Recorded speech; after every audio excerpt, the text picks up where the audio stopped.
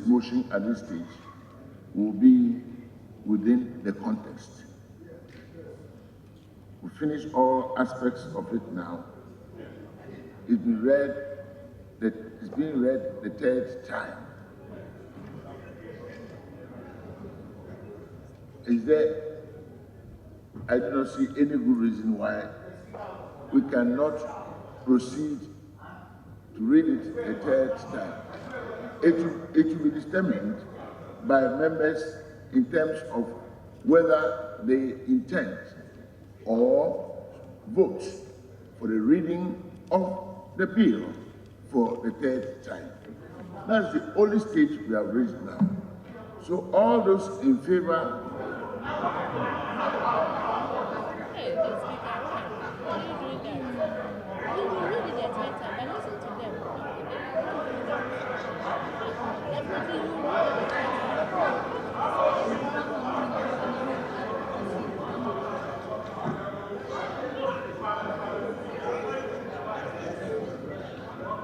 Honorable members, let us not appear sometimes that we are working towards any stampede, because it's something that we want to avoid.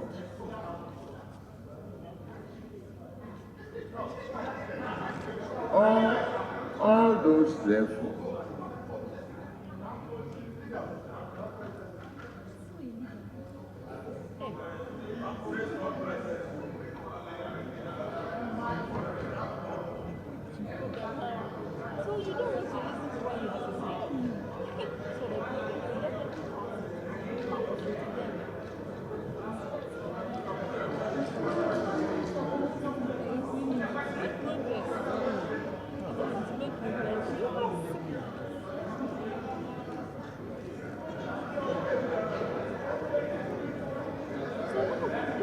yes, Honorable Majority.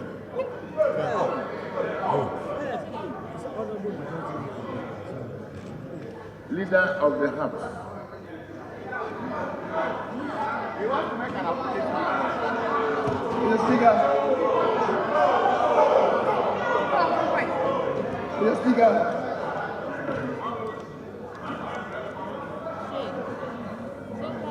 Honorable.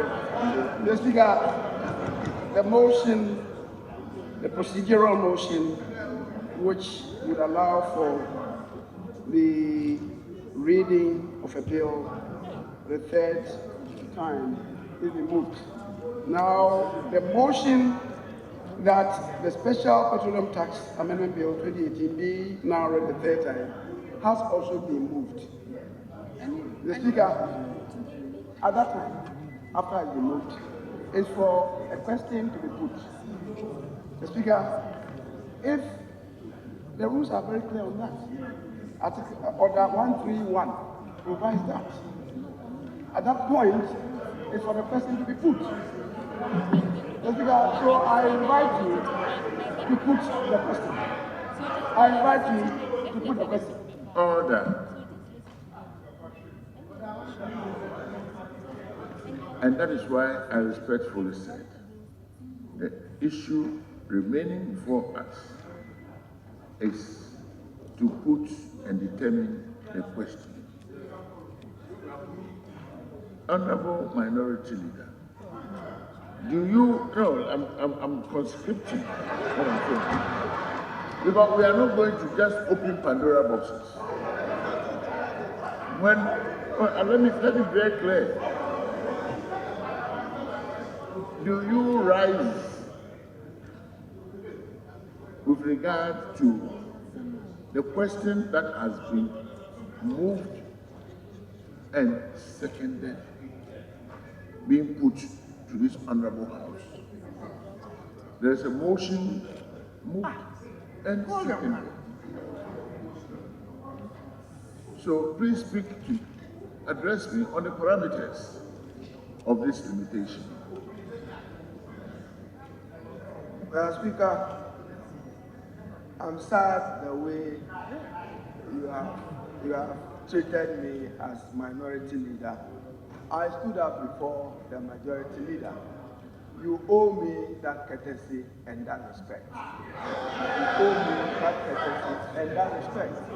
Mr. Speaker, you cannot, even after hearing him, you were still not decided whether to hear me or not. All I'm voted to do here is to speak, and as minority leader, to speak to the rules.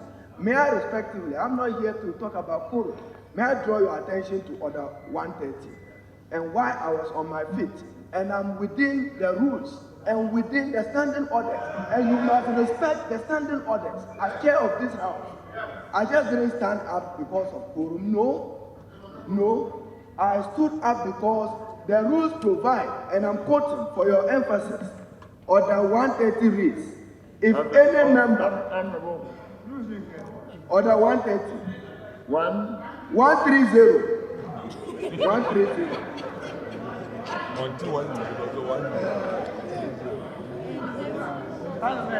If any member desires to delete or amend a provision contained in a bill, the bill for this purpose, the Special Petroleum Tax Amendment Bill 2018, which has passed through the consideration stage, or to introduce any new provision to it, he may at any time before a member rises to move the third reading of the bill, move that bill do pass through a second consideration.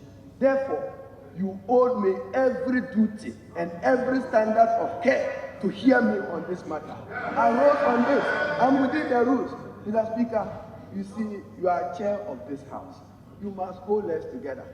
We almost didn't even want to continue. Nobody has an objection to the review, to what we are doing. A revision of the petroleum tax. I did a press conference. We spoke on it. It's a good thing to do. So if I rose, Mr. Speaker, you owe me. I don't want to ever disrespect you. But if you invite me, I will. If you invite me, I will. Yes, I will. No. I'm the minority leader. I don't have space to talk on the standing orders. No. I stood up. It is within the rules. I respect him. I say, my friend, I'm well cultured. He's Reverend Dr. Professor. I say, I don't ever want to disrespect him because I owe him respect. But I'm saying he must respect me as minority leader. And when I stand on the rules, he must. As reciprocal, that is what I said. Mr. Speaker, you are reverend. You are my professor. I can't be standing and then you call leader. I'm within the rules. I didn't like it. Order.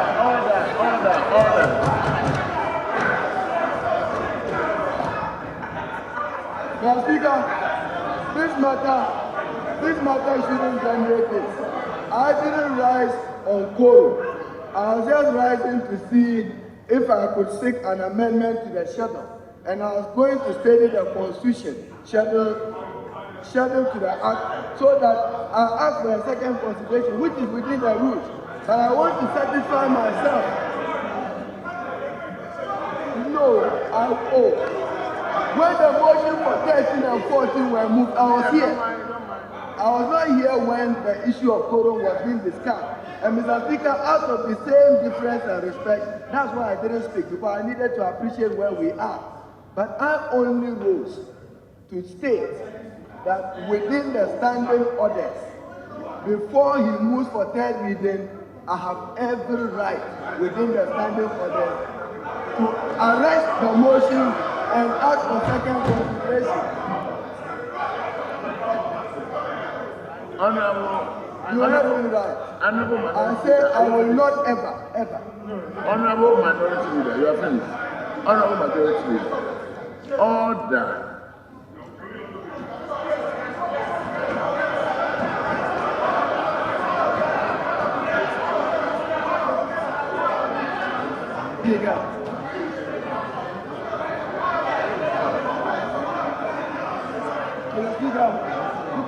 Order. Honorable members, order.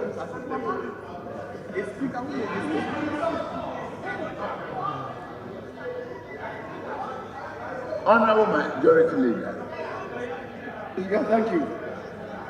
Mr. Speaker, I believe, first of all, we must make the distinction.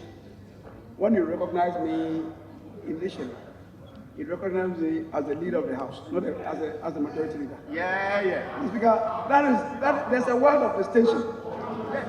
There's a word of distinction.